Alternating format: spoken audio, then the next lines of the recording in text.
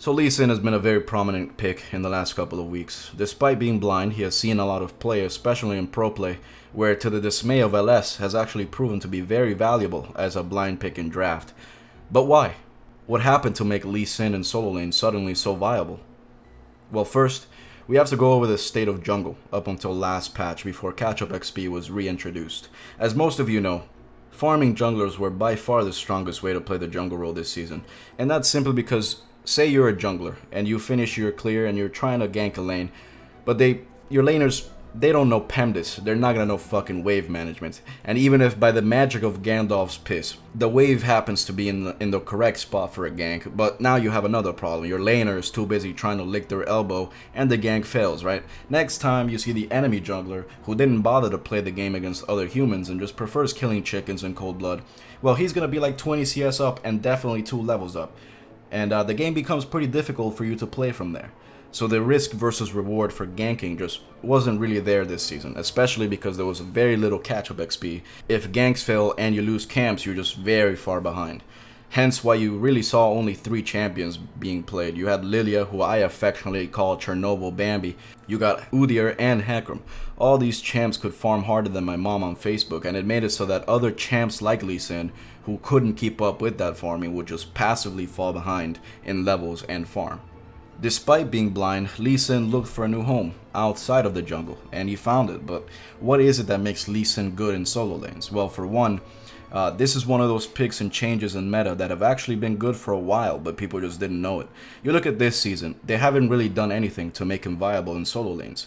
1 second off his Q is a flick to the nipple. 2 seconds off E, okay, pretty good, but not what makes him viable. But then you look at last season, you see that they actually buffed his E damage by 20% at all levels. Now this is Riot Games we're talking about, so of course, I'm sure they could easily foresee Lee Sin taking this buff and use it, and not to lobotomize chickens, but in top lane where people get to complain about the hitbox on that bitch. Personally, I can't wait for this pick to be nerfed. Even though his E is clearly the point of power, Riot will just be like, nerf Lee Sin, nerf Lee Sin, minus 20 on his shield. I mean, just look at this one, right? In 10.15, they randomly decided to nerf his W by 2 seconds. Then 10 patches later, so that's like 5 months later, I guess they finally caught the dude smoking that California ganja in the air vents, consequently hotboxing the entire Riot HQ, and they looked back and they went, why the fuck would we nerf Lee Sin by taking 2 seconds off his W? What the hell does that do? We're coming up on that 5-month mark, so maybe we'll be seeing that E change reverted soon. Not that I think he needs to be nerfed though, because I don't. I think he has very clear strengths and weaknesses.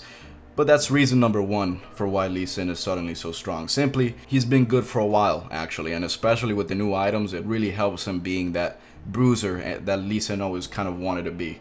Reason number 2 is he's one of the safest laners in the game. He has sustain, he has wave clear, he has damage, gap closers, which double as escape options.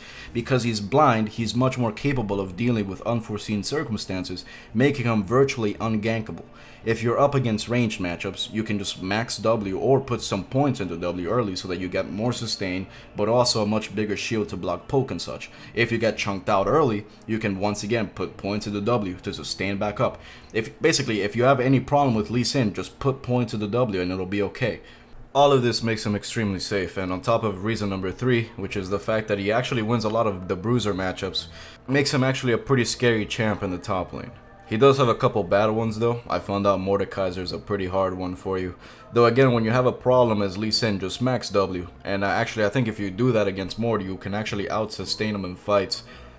Riven's pretty tough till like level 3. Then it's just about not getting your E blocked by her E. I found out Pantheon's a pretty tough one. He just kind of shoves his entire Spartan fist into your disposal unit.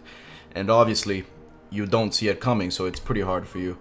Set is another one, mostly because Set doesn't really lose matchups, he just chooses not to win them. And then you have this absolute gentleman, heart of gold on this man, reminding me that Lee Sin top is a very hard champion to play, and really only succeeds if the person knows what they're doing on it. To which I say, Ghost forced away, the equalizer's not going to do too much as C9 are on the Nexus, and from villains to victors, C9 take down Dumb 1! I'm kidding, by the way. Fudge is actually nasty on Lee. Here's the thing, my man Ryan. Lee top is actually not hard to play at all. If you're playing jungle, at least you have to land Qs to engage the fight. In lane, you don't even have to do that. You just press E and it's a 200 damage chunk at level 5. And that's magic damage too. That's something that a lot of people don't realize, is that early game, there isn't really anything you can build to stop Lee Sin from winning trades. You can build Bramble, I guess, but that really just stops his healing. You'll be taking that magic damage for free while he's also shoving the wave and pushing you in. Maybe Lee Sin was a difficult champion to play, like in Season 2 when doing this was considered an insane mechanic, but in Season 11, Lee Sin is a known quantity. Unless you're role-playing, landing Qs is not difficult at all. In the mechanical sense, if the enemy knows what you're going to do, then you're not really that much of a threat. Lee Sin isn't a threat because of mechanics. He just does more damage than you, while out-sustaining you, while out-shoving you, and being safe on top of it. So no, my man Ryan, Lee Sin is not actually a hard champ to execute on. And not that I'm salty or anything, but I would never be salty. But just so everyone knows, I didn't lose this game because I didn't know what I was doing on the champ. I lost because some homeless man found an old discarded laptop and decided to play some League on it. Queued up his jungle, ganked top, when I had 2 waves to catch under tower. And the homeless man, obviously, he's a homeless man, so he doesn't have the foresight to know we were not going to win that fight regardless of whether the enemy jungler was there or not. Consequently giving him a kill and an assist and losing me 2 waves in the process, basically dooming my lane from level 3. So no, there's set player. You have no idea what the hell you're talking about. Look at me, I'm a Thet player. I press E at level 1 and win every lane. Bonk, bonk, bonk, bonk. Get the fuck out of here. You guys ever wonder why Lee Sin is a legend? You know how there's like the League of Legends, right? Why is Lee Sin a legend? Like, how did he get recruited? You know what I mean?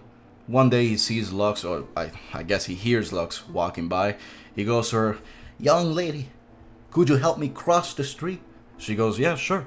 And they get to the other side. He goes to her, "Thank you so much. You're very beautiful." Then he just fucking chops her in the neck, just snaps her neck in half. And out of nowhere, "You have been selected for the League of Legends." And he just gets teleported to the rift and he's fighting giant fucking crocodiles and dragons that could create galaxies and shit. That must have been quite a shock.